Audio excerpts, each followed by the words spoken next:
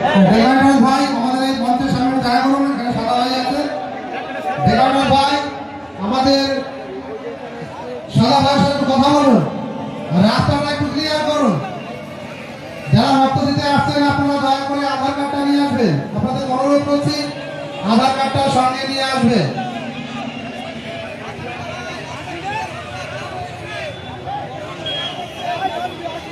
ইতিমধ্যে